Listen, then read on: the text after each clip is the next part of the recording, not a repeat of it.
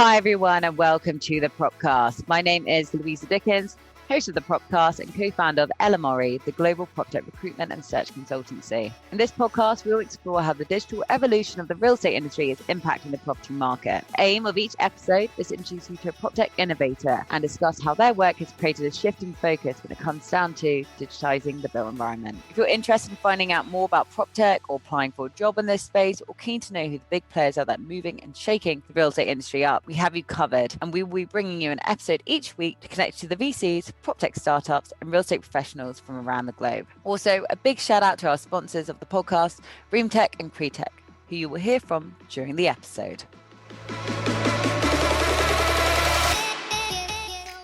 Welcome to the Propcast. Now, today is a very special podcast as we'll be throwing it all the way back to Michael Beckerman's CREtech New York City event back in October, and we'll be looking at the key takeaways of the event, while summarizing the major challenges that we're facing in the industry and what we're doing to really overcome them. And the reason why it's also super special is that we're lucky enough to have a few of CREtech's headline speakers all joining us today. And it took a lot of time to get us all on one podcast. And the reason why is because we have our very own managing partner and co-founder, Brad, joining us from Fifth Wall.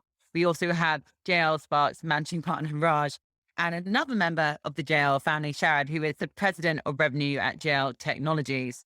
So welcome to the show, Brad, Raj, and Sharad. It's such a treat to have you all on one podcast.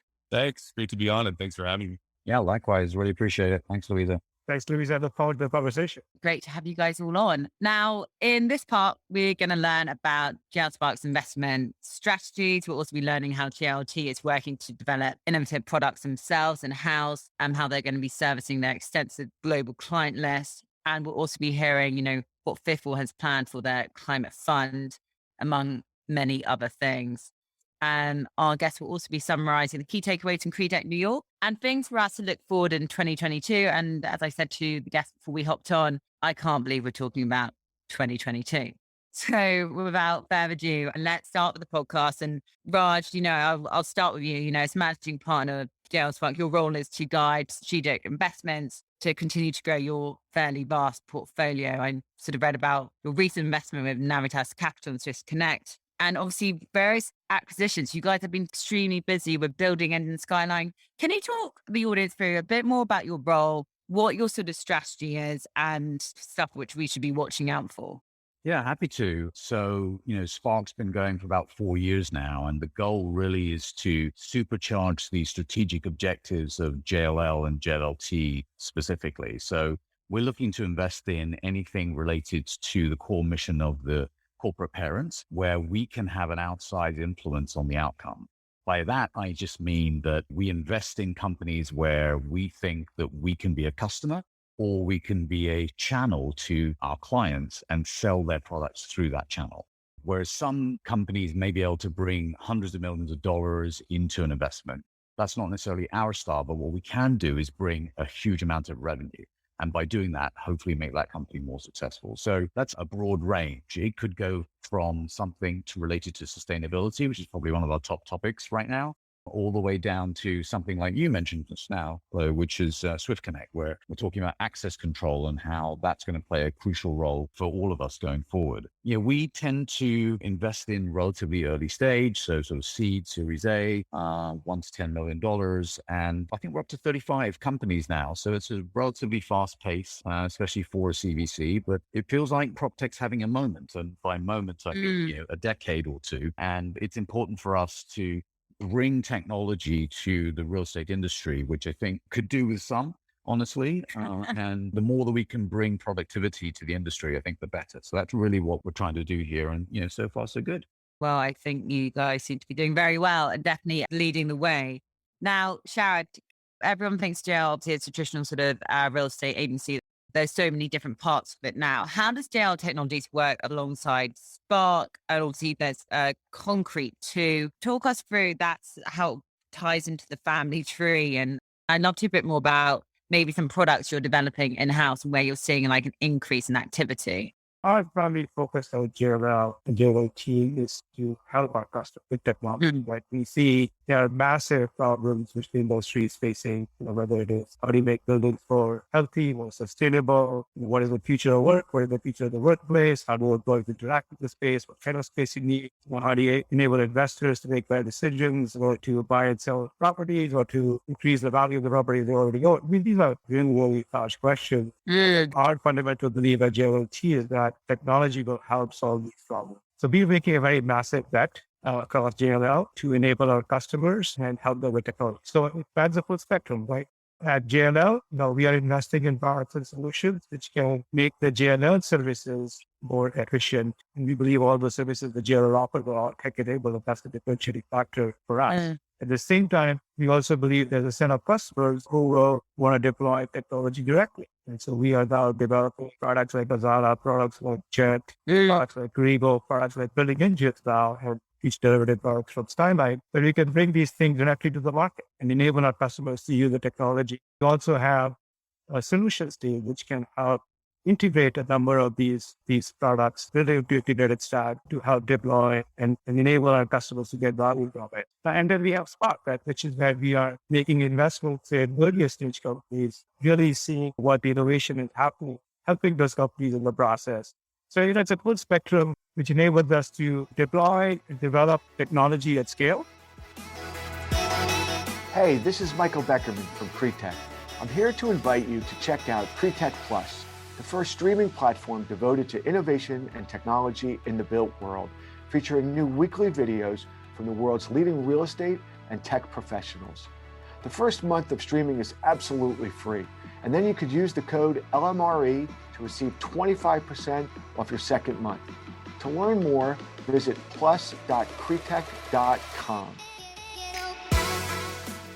It's interesting to watch what JL are doing, and JL Spa and JL Technologies and the whole family, because I feel like there's no perfect way, whether you're building technology in-house or acquiring other businesses. We're still fairly early on. You obviously see businesses like Nuveen, PGIM, you name it, sort of hiring these innovation teams. And what's the right thing? Is it bringing in external technologies? Is it building it in-house? I don't think there's any quite sort of right passage for it just yet. And so time will tell. Now, Brad, would love to obviously hear a bit more about Bigwell, non-stop reading about companies who are investing, particularly on the sort of the ESG side. You've obviously raised your climate fund. I think you've invested in a few businesses I've been following personally, Termtide, Icon, at Sealed. Talk us through a little bit, you obviously it's founding it, how it sort of changed a bit about your mission. Yeah, sure. Listen, I think Bigwell's mission from the get-go has always been the mission of bridging the gap between technology and the broader real estate industry by providing unique and actionable access to the most impactful built world venture-backed businesses. And while we sort of cut our teeth initially focusing on built world technologies, it became abundantly clear as our business evolved that technology deficiencies across the real estate industry weren't the only thing affecting it, and that technology was definitely impacting and influencing from a disruptive or an enabling perspective. But at the same time, the challenges around climate tech, specifically around decarbonizing the built world, was also proving to be extremely challenging as well. And the muscle groups that these corporates need in order to engage technology and decarbonization require a different approach. And in many instances, partnership with firms like Bigwell and access to a growing ecosystem of innovative and venture-backed companies that are well positioned to help them navigate those opportunities and those risks. So Bigwell was really purpose-built for that navigation. We've always considered us the sort of connective tissue between the old world and the new. And we really work hand in hand with our corporate partners, which now are over 80 in 15 different countries globally, representing, at this stage, a little over $2.5 billion of assets under management. We help them, through a very programmatic engagement to allow them to identify the appropriate priorities, the relevant technology companies or climate companies that are going to help them achieve those specific priorities, and then helping them ultimately deliver bottom line impact to their business. Yeah, obviously, as a fiduciary of venture capital, we're always focused on delivering great financial return. But what makes us different from our peers, and I'd say the broader venture industry in general, is that we've built a platform that can work with our corporates in a very intimate way and allow them to deliver that bottom line impact to their business, which is, just as important as that financial return. Yeah. And we've also, I guess, we've just had COP26 as well. So obviously you mentioned you've got 80 partners. Since COP26, everyone has targets we need to hit fairly soon, and they're pretty big targets. Is this going to help with buy-in from partners, or I guess future investment, or obviously growth of more sort of climate tech businesses? How do you think that's going to affect our industry, Brad? I think the industry's pointed in the direction of meeting the growing demands and needs Mm. for reducing the carbon impact of real estate. And whether it be the recent conferences and some of the regulation and seem Yeah. to be global participation to move the industry forward, while that's all important, and governments are going to play crucial roles in ensuring Yeah. that we move in the right directions, the private side is going to be the true driver of this. And I think what makes this sort of green wave a lot different than the ones we've seen in the past is that, in addition to sort of this government mandated demand, there is a real impetus and a real interest from corporates to be a part of the solution. Our industry, in particular real estate, is a massive contributor to global energy use and CO2 emissions. As sort of the public and capital markets and tenants and consumers wake up to that fact, real estate is likely going to be public enemy number one. And unless we're being proactive about really investing, not just the time and resources, but more importantly, the capital to help solve a lot of these really important issues, it's all going to be lip service. And I think now that what Fitwell's done is try to do what we did in technology, right? Build a consortium of some of the biggest, largest, and most respected players to not just invest, but work together to help solve these problems. I mean, everybody could go this alone, and it's going to take us twice as long to get there. We all come to the table and look to contribute and collaborate. I think we get to that carbon neutral world a lot quicker. And we've already signed up industry leaders like Equity Residential and Hudson Pacific Properties and Interstate Homes, Ivanhoe Cambridge, Kimco. All these names are well respected. And I think, with their investment, I think it's going to come the credibility to get the rest of the industry to follow suit. Yeah, interesting. You mentioned actually residential. I did podcast with Scottie Lee, obviously on the sustainability side there. We were talking about just this, but also going back to your point about the sort of private sector leading it, and it's down to the governments. In the UK, we have loads of old historical buildings, and if all these estates who own them want to actually say get rid of these gas boilers and put in something more energy efficient, or I genuinely don't know how they're going to do that and how long it will take, and to let that sort of change happen. So it'll be interesting to see. Moving away from obviously those sort of great introductions, thank you for that. We obviously have quite a few things in common. One is obviously passion for sustainability and innovation within built environment, but also that we all attended CREtech in New York. And it was great to be back. I think there was something like 2,000 people there across the 2 days. Raj, what were your sort of key takeaways from the event, or maybe someone else's session which you attended? Anything which sort of stuck out for you, or that you particularly sort of enjoyed? Yeah, I mean, obviously, I just enjoyed being there with Phil. I think the two things that stuck out for me, firstly, was the number of attendees from the regular real estate world as opposed to the technology prop tech world. So there were a huge number of people there who were genuinely curious to understand how technology could have an impact on their business. And I think that was heartening, because I see that people are now recognizing the challenges that we have in front of us, and they're looking to find solutions. So that was, I thought, extremely positive. The other thing that I thought was really interesting and bodes well is, obviously in New York, they've got Local Law 97 that is starting to put on some sustainability criteria around how buildings are built and managed and used. And I genuinely was surprised to see for the first time, people are accepting that in order for them to meet these goals, they might be prepared to spend a little bit more per square foot than they would have done normally. And in an industry where we are famously, very cost conscious, for people to be saying that this is important enough that I'm prepared to put my hand in my pocket and pay more because this is the right thing. And I think when I say the right thing, it's also because the landlords are recognizing that tenants are looking for these sorts of answers. That's super heartening for me. And I think, if we're going to meet our goals, we need people to recognize that the demand is out there. And it may cost a little bit more in the short term, but that's the way that we'll get to, essentially get in the tenants back into the office, because they know that they're doing the right thing. And, all of the private sector now has goals around carbon reduction. So, as a large public company with a very big footprint, JLL and others, we want to be able to point to what we're doing and show in concrete terms that we're making a difference. And so that was, I think, a new message I saw, and I was very happy to see it. Yeah. I know this isn't my podcast, but can I ask a follow-up question? Yeah, for sure. I'm just really interested to hear this perspective. So I totally agree with you in terms of, I think on the owner operator side, I think that willingness to engage increased dramatically. Just curious to get JLL's perspective, right? There's two sides of that coin. How are the tenants thinking about this, right? Because I think there's always this sort of dichotomy between where the responsibility lies. Is it the landlord? Is it the tenant? Can these costs potentially be shared moving forward? What are you guys seeing on that side? Yeah, we're seeing a lot of tenants that are asking questions about what is my contribution to, the climate issue here by using these buildings and actually going beyond that, right? So it's like getting to and from the office, my whole carbon footprint. How do these buildings play a role in that? How do I measure that? And how do I improve it? And some of that is, new thinking.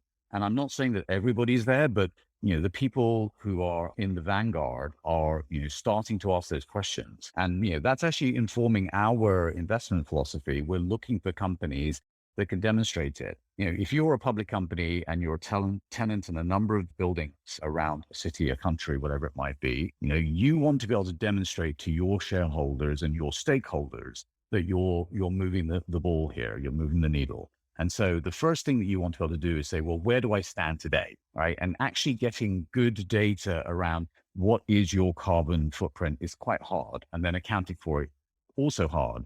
First of all, baselining, measuring, and then what are the tools that I need in order to be able to improve? And so we are actually seeing demand for that. So, as I said, I'm very heartened to see it, but that's kind of what we're seeing, Brad. I mean, I think change is driven by people. The whole world is waking up why we need to be more carbon neutral, how we need to sort of control trees and temperature, what can we do as individuals to make the world a better place. And I think that's driving the investors, the occupiers, to make different decisions. That's why every company has a carbon neutral target. Every city, every country wants to be carbon neutral 2030, 2040, 2050. Right? It's all driven by people. And I think whether the people are tenants, they are shareholders, they're stakeholders, they're all the ones who are driving what the fetters behind this change. And I think that's why this change is going to happen. Yeah, I'd like to add to that as well. I think change is driven by people. I think a lot of it comes down to education, whether it's back, sort of in school and universities, and people like talk about it more sort of involvement of this topic within the curriculum. And then that's when people start making decisions or even take, I don't know, for example, I've just heard of a green mortgage. People my age are now getting it. Like little things like that can help and people being aware of the effects of what you do day to day, the effects it has on people sort of globally. It's obviously driven by so many things, but I think that education is like a big piece, which I think globally a lot more can be done. Hopefully this podcast will help. And obviously, Brad, your podcast too. I was doing some research the other day. Can you believe it? That some of the biggest companies in the world didn't exist 30 years ago, the likes of Facebook and Uber. On the other hand, real estate is a total juxtaposition, being the oldest asset class in the world. We often hear about the property industry being a slow mover, and the need for prop tech is clear to improve solutions and take advantage of the data being gathered. We saw $21 billion in investment into prop tech in 2020, and it was predicted a further increase of 25% in 2021, which has already been surpassed, which means there'll be plenty to talk about when it comes to the innovation of the built environment. EY reported that 53% of real estate owners think that they don't have the in-house talent to adopt technology successfully. Without technology-minded talent and leadership, the implementation and widespread adoption of your product might be proving tricky. If that is the case, we are here to help. So head to our website, lmre.tech, and we can find the right talent for your company's needs. Going back to the question, Sharad and Brad, maybe Brad, you can go first. Is there anything which should have stood out for you from CREtech? Yeah, listen, I think all those things. What's been interesting to see is the similar trajectory that we saw with sort of the passionate excitement and the growth of the prop tech ecosystem over the last 5 years. We're seeing that manifest in a similar fashion around climate. So that's really encouraging because I think you've seen obviously the significant amount of additional capital infusion in sort of the built world prop tech ecosystem going from, I think it was like 5 or 6 billion to 30 plus in the last handful of years. So that to me, I think is indicative of what we'll likely see around climate, but I actually think it'll happen faster. The reason being is I think there is some areas, both from a federal, state and a local perspective, significant financial impact to not meeting some of these criteria. Local 97 was referenced. A lot of other cities are looking to adopt similar regulation. And when everybody wants to be altruistic here, but at the same time, when this stuff starts to hit the bottom line of impact to your business, you're going to be much more motivated. So there's still a lot of work left to be done. We ran some analysis that sort of pointed to the fact that, we're only sort of like 50% of the way there in terms of existing retrofitting in order to meet some of these standards. So there's still a long way to go. But I'd say what I was encouraged by was a willingness to have that conversation, a willingness to start to engage and invest. And hopefully, I think once we start to deliver real value and the industry starts to see that affect the ability to sort of not only meet these needs, but also operate their buildings more cheaply, right? Brand value, engage a different set of customers in a different way, have cheaper access to venture capital through an enlightened capital markets that's focused on folks who can really tell a story around their impact on climate and the world. All these things are super encouraging. I think it was reinforced by my time there. Agreed with that. Sharad, what about you? Anything, any sort of key takeaways for you from it? Yeah, for me, that's the first real CREtech conference. I really didn't know what to expect. It was very pleasantly surprised to see so many people interested in technology. And, the 8,000 startups, felt like 20% of the people were there. So it was just, great to have great conversation.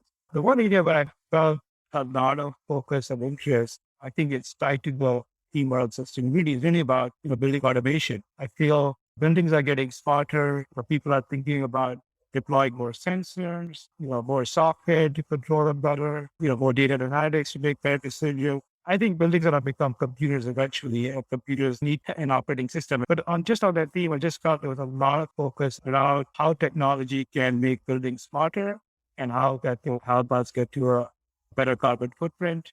Yeah. I mean, I particularly enjoyed it as well. And then I think that's the week after, headed to the one in London, which has also had a great turnout, some great speakers too. And I think Michael announced early on this week, he's doing a climate focused one in Copenhagen. And I think it's May time. Brad, you might know a little bit more about it than I do, but I think that's then. So stay tuned, because obviously CREtech Climate Tech, they're very good at marketing their events out. Now, we've obviously spoken about the future, and I'd love to hear from all of you about what are the sort of major challenges that we're sort of facing in the year to come. I think we have many goals which we're trying to hit. There's lots of conviction from everyone saying, yeah, we're going to do it. What are the sort of major challenges and things that we should be doing? And also, I'd love to hear from each of you. Are there any sort of products you're particularly following or areas which are of interest? Maybe Brad, you can go first. Yeah, I'd say on the areas of interest, you mentioned a few in terms of some of the companies that we've invested with recently, and they really stem around a handful of more overarching themes that we're focused on investing out of climate tech. The first is sort of decarbonization, which we talked about. The Turntide that you mentioned, which is a phenomenal company, essentially electric motors that are 30 to 60% more energy efficient in primary sold in HVAC, which you can imagine is a massive footprint across the real estate industry globally. It also has a myriad of other applications across other industries as well. I mean, it's cheaper to manufacture, cheaper to operate, cheaper to maintain, with customers seeing, a payback period anywhere from 18 to 36 months. So that's really encouraging in terms of a company being able to identify a problem, build a significantly superior alternative, and watching the industry adopt it at scale very quickly.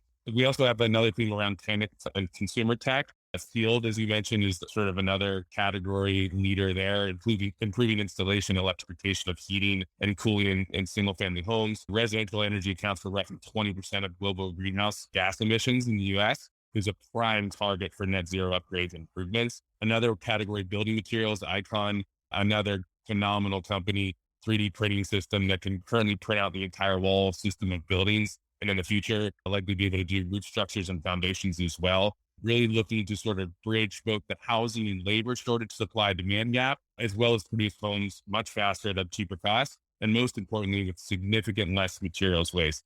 It is incredible the amount of waste that comes from the home building process. And to be able to see Icon's system essentially print a building with a minimal footprint in 48 hours with all concrete that's better insulated and can last significantly longer than a typical sticks and bricks is really encouraging for the future. And we're really excited about that. And it's getting institutional recognition. D.R. Horton, Lennar, builders in the US are partnered. Lennar's actually just announced the 100-unit development in Austin that's going to be all Icon printed homes. So both consumer and corporate engagement in these types of solutions, and it's all super interesting. I think one of the things that challenges, like everything in an industry that's just starting to learn and get up that curve, is really sort of apathy, right? if you're not heavily invested in prop tech or climate tech right now, whether that's time, resources, and like I said, most important capital for real alignment, you're already way behind. And I think for a lot of corporates who are expecting the world to just go back to normal post-pandemic, it's just not going to happen. And having a very comprehensive digital strategy is likely going to be your best way to navigate the path forward.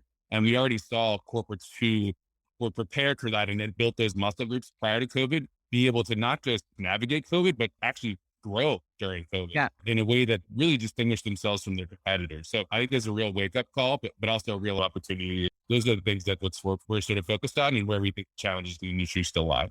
Yeah, you mentioned obviously about sort of concrete, and it goes back to the education piece we sort of spoke about briefly earlier. I had no idea how much concrete is. It something like 10% contributes to the real estate emissions or something crazy like that. Like, I think there needs to be more awareness at like a younger level of this, because I genuinely, the more I sort of read and I'm trying to learn and develop my understanding each day, I find it honestly like shocking. Raj, what about you? Talk us through, I think you said you had something like 34 investments. Any sort of future investments you're looking at and how they're going to sort of assist with some challenges coming next year?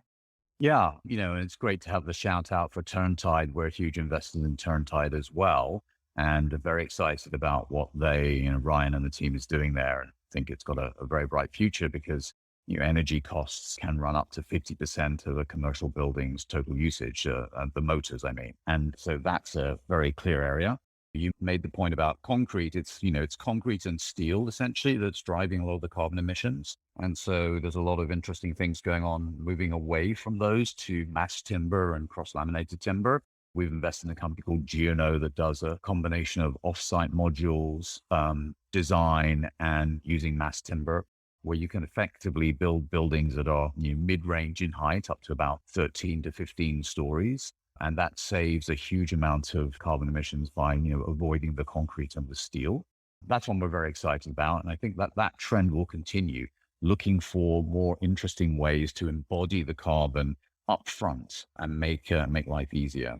But COVID has been a huge accelerant, and I think it's also going to be one that we still haven't quite finished working out yet. In the old days, you would say it's always about location, right? It still is about location, but now the question is, well, I've got lots of interesting locations I can choose from. How will I manage the new world where some fraction of people will not be in the office every day? And so when you have a distributed workforce, you have to think about how that's going to work. In the old days, I think what we all kind of relied on being in the office, meeting each other, those serendipitous conversations that allowed the culture and the understanding of what the company was trying to do to permeate. Those things don't happen today. And so one of the things that we're really interested in is what are the processes that needs to be in place to allow that sort of learning to happen, even if not everybody is located in one place. And there are a bunch of companies, mostly, startups, who have become, they're sort of natively distributed. They started distributed, they've continued distributed. What can we and our customers, who are often larger companies, learn from how they make their companies work well, such that we can apply that to a situation where we now are also distributed to some extent? I don't believe that people won't be returning to the office, but I think they'll be back there for different reasons and at different times. And so that's an area that we're really, really interested in. The other one that I think is very exciting for me is around capital. And so we've talked a bit about that today, that's essential. That's the oil that, makes the wheels turn. So how do we ensure that the real estate industry can apply capital to the right places at the right time and in the right amounts? So, right now we have a pretty sclerotic situation where, you put a lot of money in up front. It takes a long time for you to get that money out. How do we change the way that capital is allocated? How do we allow more players to participate in the potential upsides? This is an area that real estate hasn't really been at the forefront of, but other industries have been doing very, very interesting things here. The fintech revolution within banking and retail has absolutely made a huge difference there. Can we bring those sorts of solutions to our industry? So I think that's another area that we're very keen to explore. And for a 2022 prediction, obviously, sustainability is high up there, but I think the financial services and just the whole return to office kind of situation is going to be top of mind for us in terms of our investment philosophy. Yeah, I echo all of that. And what about, Sharad, now JLL Technologies, What are you sort of working on in 2022? What are your clients sort of asking you for in terms of products or anything you're working on in-house? So Raj and I work very closely together. So already touched about sustainability, building automation. I think that's one big area. We already talked about the future of work at workplace and how do you enable people to return to work and cooperate with each other in a more efficient, more productive manner. I think that's a huge area of investment for us. I think if I were to stop, and we also talked about postures and how we can enable investors to make more decisions. If I was to sort of add to that, I would say, it's very siloed, very fragmented. The quality is not good. So how can you aggregate that, cleanse it, make it usable, and draw some insights? I also think this industry is very opaque and very liquid. Be for goods, they could be for services, but could be anywhere from, plumber or electrician in a building to somebody who's appraising or valuing a building, to somebody who's providing insurance, with tons and tons of services. And I think there's lots and lots of opportunities on that as well. Proportional portions of those buildings, I think some very, very interesting ideas on how you can make transactions more seamless, more liquid. So those are sort of some other areas which we're looking at. But I think as you're hearing from this conversation, this is a very interesting space right now. Mm. And we're just getting started. If I was sort of, put your other side on terms of challenges, I think it's hard for the investors and occupiers to make decisions. They also come from the tech industry and budgets are much for likely people haven't seen the benefits in all cases. So I think there's a lot of work, not just in terms of building the right products and solutions, get high returns from the investments. I think that's going to fuel the growth of the industry. Yeah, no, I agree with you. Plenty of challenges, but like I said, when there's plenty of opportunity as well. For those new to LMRE, we're a global recruitment and search consultancy focusing on placing the best talent into the PropTech and real estate industry. We're extremely fortunate to work alongside the best VCs in the ecosystem to help scale their portfolios and their own teams. We've even had a couple of them on the podcast, such as Metaprop and Fifth Wall, who joined me back in season 1. We've recently started a campaign on our YouTube channel spotlighting a number of VCs from around the globe to take the opportunity to spotlight their business, portfolios, and gain advice from the inside for those looking to access the VC world from both capital and talent perspective. So, are you looking for funding for your own business or interested in the VC landscape? How do they handpick their cohorts? Or if you're just a curious mind that wants to learn more, check it out. Head to LMRE on YouTube, or you can find their interviews on our website. Now on with the show. Now we are coming to the end of the podcast, and obviously it's slightly different. So obviously Michael's got his podcast, Brad, you've got yours as well. But how we sort of finish off LMRE podcast is we do L, a lesson learned in your career. Mention anyone or a product, just give someone a shout out. R is what's been the most rewarding part of working within this industry, and E could be what are you most excited about. So Brad, do you want to kick us off with, your L lessons learned? Sure. I'd say L is entrepreneurship is just as important as entrepreneurship. If you're looking to start and build a sustainable and impactful business, I spent 5 years working in traditional real estate before venturing out on my own. So I'd say making sure that anybody that's listening today who's interested in starting their own company or engaging creatively in the real estate industry, you don't need to start your own company to be an entrepreneur. You can do so within a large organization just as easily. Awesome. Anyone you want to give a shout out to? Sure. I wanted to give a shout out to our newest portfolio company. We just closed an investment in Aloft, who is reimagining real estate appraisals and valuations, which we're obviously excited about. Awesome. Amazing. And our most rewarding part working in this space, Brad?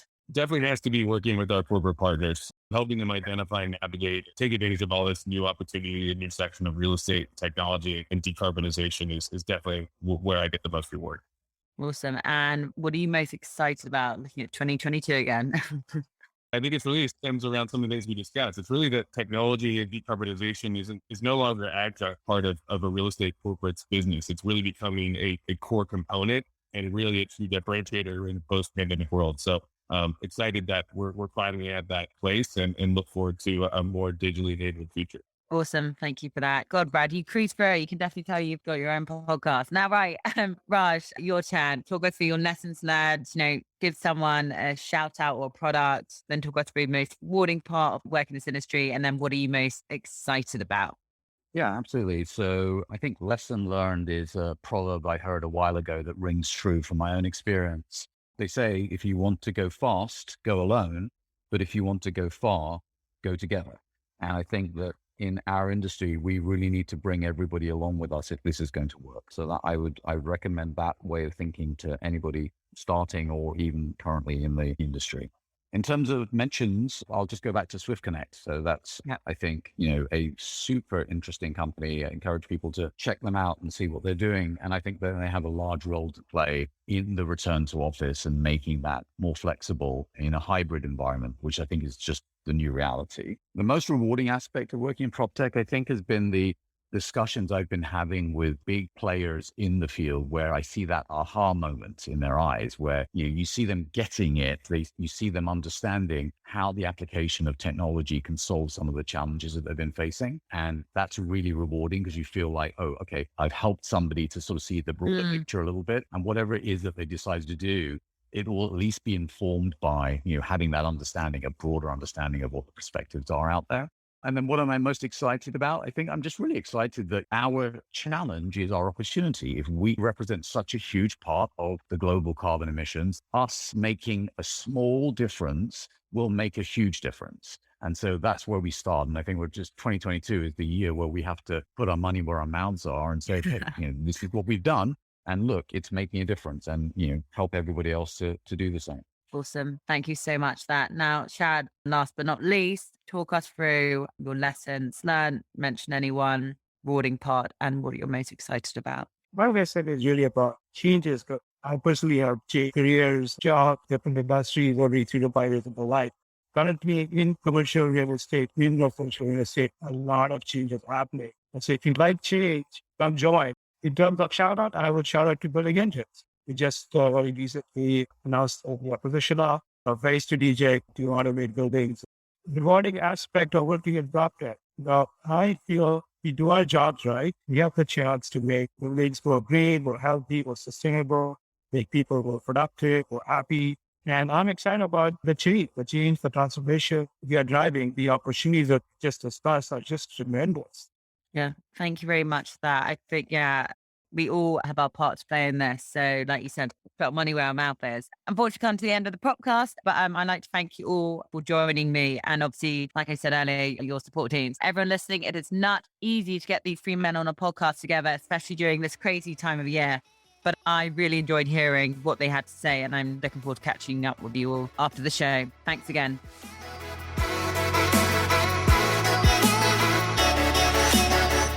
Thank you for joining us this week on the Propcast, and a big thanks to our guests and our sponsors, CREtech and ReamTech. Make sure you visit our website, lmre.tech, where you can subscribe to our newsletter, keep up with our industry news and events, or if you're looking for your next career move, it's all on there. The Propcast can be found on iTunes, Spotify, and YouTube, where all good content is found. Whilst we're at it, if you found value in the show, we'd appreciate it if you could spread the word and tell a friend about it, or even write us a review. And I'll catch you next week.